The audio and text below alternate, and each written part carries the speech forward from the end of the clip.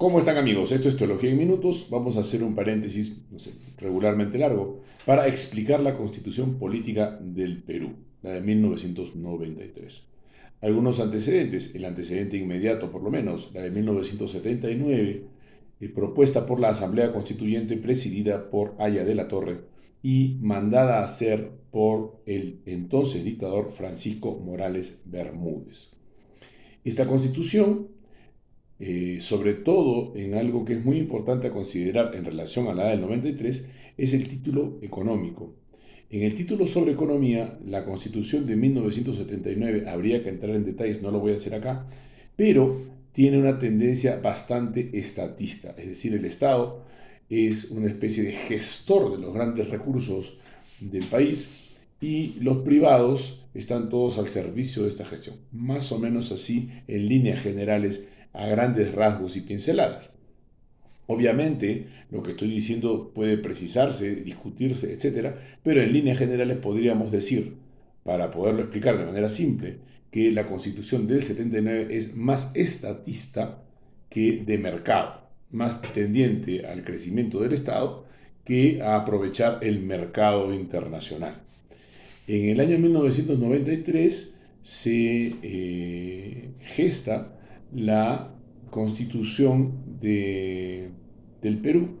Se convoca una asamblea constituyente, la convoca el también dictador Alberto Fujimori, pero acá hay un dato interesante que no es de poca monta. Cinismos aparte, si bien Fujimori disuelve el Congreso con una enorme aquiescencia de toda la población, yo estuve allí, yo no recuerdo ninguna oposición a ese cierre del Congreso, ninguna oposición significativa. Lo podemos explicar de mil maneras, que era una dictadura, que Fujimori perseguía, etc. Que además puede ser cierto, ¿no? Ahí está el lugar de la memoria, con sus testimonios y todo, de un tema bastante complejo en el Perú. Lo cierto es que un detalle, repito, que no es de poca monta, es que se hizo un referéndum y el referéndum aprobó esta constitución del 93. En ese sentido, yo me atrevo a decir que esta constitución es más aprobada por el pueblo que la del 79. Lo dejo allí. Yo sé que esto que digo es discutible. Bueno, lo discutiremos cuando quieran, lo comentarán cuando quieran. Eso me parece razonable.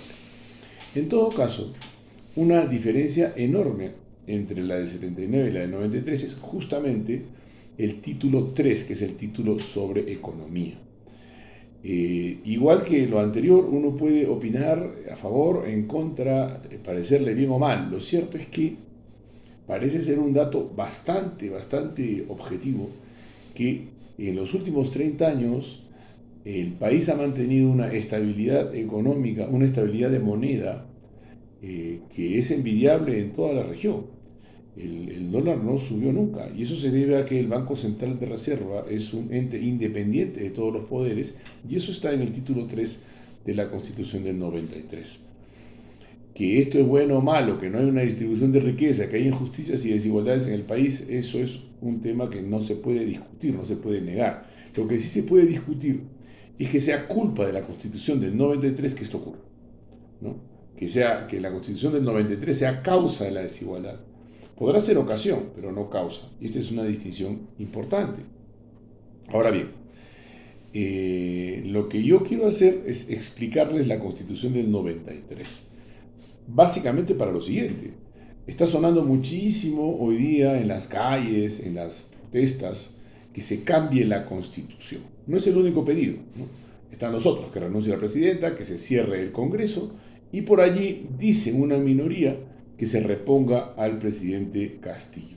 Una minoría que además se asocia a voces internacionales, y lo voy a decir con todas sus letras, realmente infames, como el presidente de México, el señor López Obrador, que dice de manera delirante, absurda y maligna que el presidente Castillo, el expresidente Castillo, ha sido retirado por un golpe de Estado cívico-militar usando la monserga que ahora inventan para justificar esto. Es mentira, señor. Es mentira que el presidente Castillo ha sido retirado del cargo de manera injusta. Él dio un golpe de Estado flagrante, ¿no? Lo mismo la presidenta de Honduras. El Perú retiró al embajador de Honduras porque la presidenta en la misma línea dice la misma maldad, porque eso es maldad y eso es mentir conscientemente. El señor Castillo no puede ser presidente constitucional del país porque él mismo se puso fuera de la ley con ese golpe de Estado que dio, en el que pretendía disolver el Congreso, poner un gobierno provisional y reorganizar el Poder Judicial. ¿Para qué? Para escaparse de las 11 carpetas fiscales o no sé cuántas más, porque estaban cantando todas las tropelías y toda la corrupción que él mismo promovió en los pocos meses que tuvo su gobierno. Esto hay que decirlo claro porque es muy importante eso como parte del contexto. Bien, lo mismo podríamos decir que dice Bolivia, Argentina, los gobiernos, no la gente, los gobiernos. Pero ya está. En todo caso, entre estos pedidos de las protestas, uno que suena constantemente y viene sonando desde hace varios años como una bandera de izquierdas, sobre todo, que se cambie la Constitución. Entonces, en esa misma línea, voy a tratar de explicar lo que tiene esencialmente la Constitución para que podamos conversar sobre si se tiene que cambiar toda, qué se tiene que cambiar, teniendo en cuenta además que la Constitución ya se viene cambiando desde el año 93. Revisen ustedes la edición que está en internet del Ministerio de Justicia y Derechos Humanos. Van ustedes a ver una cronología de muchísimos cambios constitucionales aprobados por el Tribunal Constitucional que se van ajustando a la realidad. La Constitución no es una cosa grabada en piedra. La Constitución es, por así decir, la manera que tenemos los peruanos de organizarnos en el día a día. Y por eso es que en el Congreso se van dando iniciativas, reformas constitucionales constantes. La Constitución va cambiando. Y va cambiando de manera razonada, a veces con intereses perversos de algunos que están metidos en el Congreso para eso. Eso es verdad. Pero no pretendamos que porque cambiamos de constitución ya se arregló el país. No va a pasar. En Chile acaban de tener un tremendo fracaso con un proyecto similar, ¿no? Unas protestas enormes, destrucción de medio país para que se cambie la constitución. Se propone el cambio de constitución y el mismo pueblo que gritó, chilló, zapateó, rechazó el cambio constitucional, perdiendo tiempo, recursos, dinero, espacios, etcétera, etcétera, con una tensión enorme que no sirvió para nada. Entonces, por eso es que, repito, dedicaré unos cuantos videitos a explicar la Constitución. Y en este primero quiero explicar simplemente, por ahí, la manera en que yo mismo estudio las cosas, ¿no? Vamos a ver la Constitución por el índice. Empecemos por el índice. Lo primero que hay que entender es que la Constitución tiene 6 títulos, está partida en 6 títulos. Valdría la pena memorizarlos para tener la Constitución siempre a la mano. El primer título es de la persona y la sociedad. Este es el título que yo veo, no sé por qué tendría que cambiarse. Esto no va a cambiar. La persona seguirá siendo persona, la sociedad seguirá siendo sociedad. En este título se describe, por ejemplo, que la persona es el fin fundamental del Estado, ¿no? Esto, si no defendemos esto, amigos, el Estado se convierte en un monstruo que nos convertiría a nosotros en insumo de sus deseos. Básicamente, dictaduras monstruosas como las que ya conocemos en la historia. Hitler, Stalin, Bokassa, Idi Amin, Mussolini, quien quiera de cualquier color. Al final es lo mismo. Es un Estado enorme que aplasta a la gente, convierte a los mediocres en grandes autoridades y al final el país termina más empobrecido. Eso funciona así. Entonces, el primer título creo que no habría que ni discutirlo, ¿no? El título 1, de la persona y de la sociedad. El título 2, del Estado y la nación. Aquí se describe cómo se organiza el Estado, ¿no? ¿Cómo es el Estado peruano? El Estado peruano es un Estado de 3 poderes clásicos y básicos.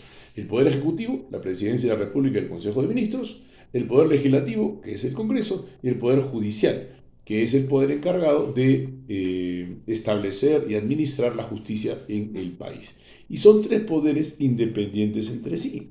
¿Y por qué son independientes entre sí? Porque uno modera al otro, ¿no?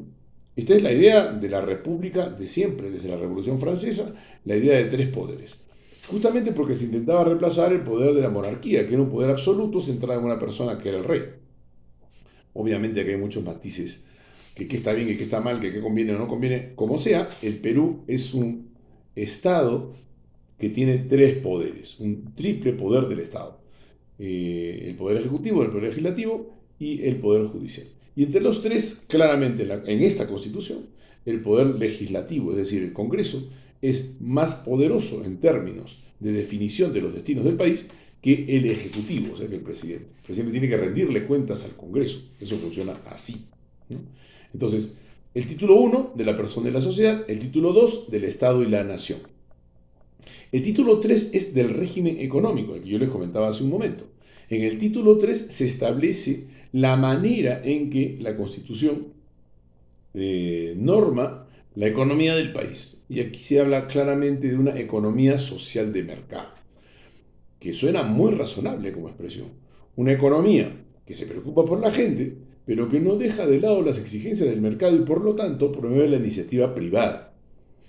Es por eso que a partir de la Constitución del 93 hay una explosión en todo el país de pequeñas y medianas empresas. ¿Por qué ocurre esto? Porque la iniciativa privada es enorme, variopinta, y cualquiera puede en el Perú poner un negocio y salir adelante sin tener que pedirle al Estado nada que no sea una atención si es que le va mal y cumplir con sus obligaciones de pagar los impuestos, etc. Entonces, en el 93 lo que ocurrió fue esta explosión de pymes y MIPES, y vuelvo a repetir, la valoración de esto, la bondad o maldad de las personas que han gestionado sus propias empresas de manera egoísta o brutal o injusta, esto no es culpa de la Constitución, es culpa de nosotros, más bien que vamos contra la Constitución.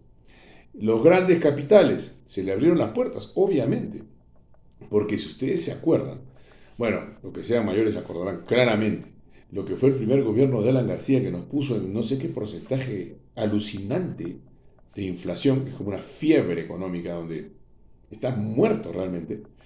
Esto de acá lo que ha hecho es entrar en una disciplina fiscal que nos hizo ver que estábamos fuera de la realidad.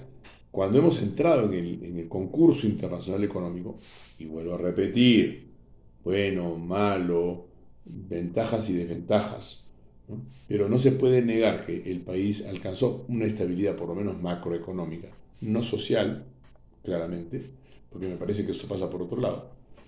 Eh, pero sí creció y sí se mantuvo. Y esto se lo debemos a este título 3 del régimen económico, porque permitió la iniciativa privada y el ingreso de capitales al país. Yo entiendo además que este título se discute mucho justamente en esa línea, ¿no? Que se entregó el país a los extranjeros, que capitales chilenos, estos caballitos de batalla que suelen tener los amigos de izquierda, ¿no? Pero bueno, esa es la discusión. En todo caso, ese título es el que vamos a profundizar un poquito más cuando toque. Título 4 de la estructura del Estado. Y aquí aparece la descripción de cada uno de los poderes y de cómo se organizan. Título 5 de las garantías constitucionales, es decir, los deberes y derechos que tenemos los ciudadanos y cómo el Estado los debe tutelar, ¿no?